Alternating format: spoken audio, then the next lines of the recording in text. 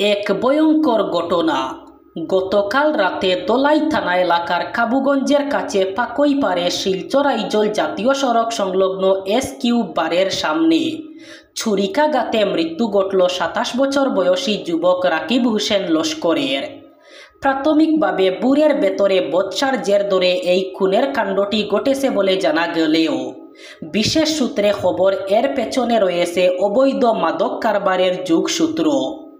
ঘটনাটি ঘটে শুক্রবার রাত 8:30 নাগাদ। জানা গিয়েছে কাবুগঞ্জ বাজারের বাসিন্দা 27 বছর বয়সী গাড়ি চালক রকিব হোসেন লস্কর পাইকইপাড়ের SQ বারে যান। বারের ভিতরে বসে থাকা একদল যুবকের সঙ্গে কোনো একটি বিষয় নিয়ে তার বচসা শুরু হয়। রাকিব তার গাড়ির মালিক নাজু লস্করকে বিষয়টি জানান। নাজু ঘটনাস্থলে এসে মধ্যস্থতা করার চেষ্টা করলে তার সঙ্গেও বচসা বাঁধে।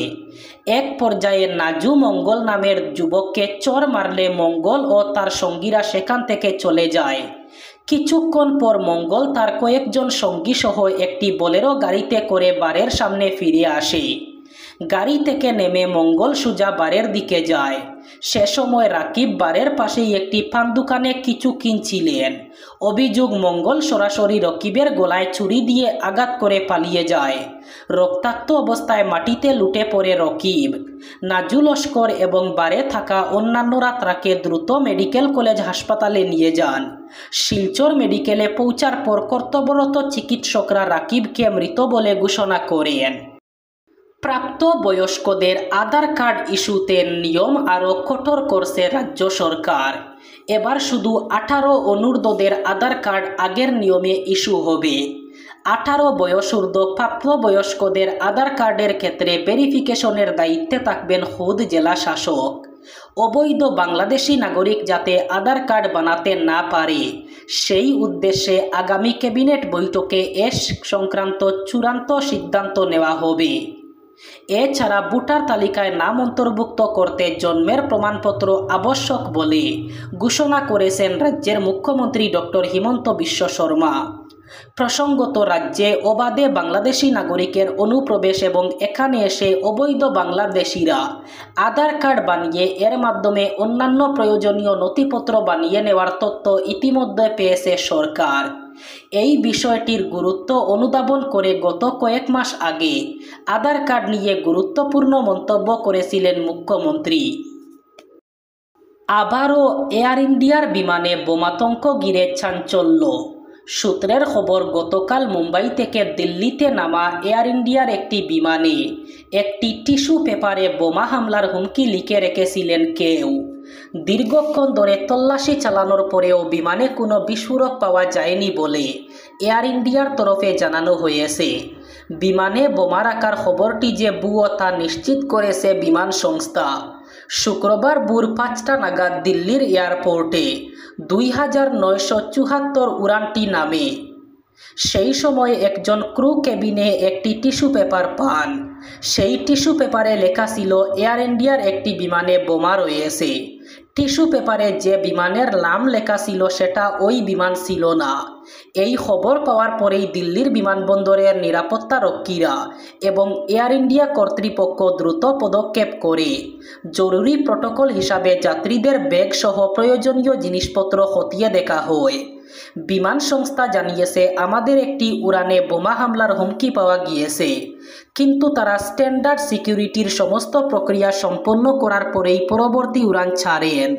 কে এই হুমকি পাঠালো তা নিয়ে তদন্ত চলছে। ইনস্টাগ্রামে মোবাইল ফোনের রিল বানাতে গিয়ে মৃত্যু ঘটল এক তরুণীর। 13 তলা বিল্ডিং থেকে পড়ে মৃত্যু হলো ওই তরুণীর। মর্মান্তিক এই ঘটনাটি ঘটেছে বেঙ্গালুরুতে। পুলিশ সূত্রে জানা গিয়েছে, সম্প্রতি বছর 20 ওই তরুণী বন্ধুদের সঙ্গে পার্টি করতে ওই বহুতলের ছাদে উঠেন, কিন্তু কিছুক্ষণ পরই সেখানে একটি ছেলের সঙ্গে তার বচসা বাঁধে। জানা গিয়েছে কিছু একটা কারণে এই বচসার সূত্রপাত। অবশেষে হতাশ হয়ে তরুণী মোবাইলে রিল বানাতে শুরু করেন, আর তখনই ঘটে যায় অঘটন। অসাবধানতাবশত পা পিছলে ছাদ থেকে নিচে পড়ে যান তিনি। ঘটনাস্থলেই মৃত্যু হয় তার।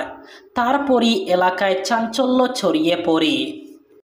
খাচার পুলিশ শিলচর থানার আওতাধীন রামনগরের বাইপাসে অভিযানে নেমে বিশাল সাফল্য পেল। অভিযানে মণিপুর চুরাচাঁদপুর থেকে আসা একটি গাড়ি আটক করে। গাড়িটি আটক করে জংমিনিয়েন বাইতে তার গড় চুরাচাঁদপুরে। পুঙ্গানুপুঙ্গ তল্লাশির সময় পুলিশ দল যানবাহনের বিশেষভাবে তৈরি চেম্বারে লুকিয়ে রাখা প্রায় 1.109 কিলোগ্রাম ওজনের 100 সাবানের ক্যাশ উদ্ধার করে হেরোইন। কালোবাজারে এই সাইকোট্রপিক পদার্থের দাম প্রায় 5.5 কোটি টাকা। সাক্ষীদের উপস্থিতিতে উদ্ধারকৃত মাদকদ্রব্য বাজেয়াপ্ত করা হয়। প্রতি বছরের মতো এবারও বিপুল সংখ্যক ভক্তের দল নামে বাজারিছড়া লুয়াইপুয়া শিবের গুল, শলগই রাদাপেরি নুরকা বালি পিপলা রাঙ্গামাটি মানিকবন্ধ সহ আশেপাশের বিস্তীর্ণ অঞ্চলে। রথযাত্রা উপলক্ষে গতকাল ভোর থেকেই আধ্যাত্মিক আবহে ডুবে যায় গোটা এলাকা। বাজারিছড়া জগন্নাথ আশ্রম, খালাচড়া শ্রীমণ্ডপ, শিবেরগুলের সনাতন শর্মা ও সোনা শর্মার শ্রীমণ্ডপ, লুয়ারপুয়ার বাদল শর্মার শ্রীমণ্ডপ, পূর্ব কালাচড়ার মহাপ্রভু আখড়া সহ বিভিন্ন স্থান থেকে বের হয়ে রথ।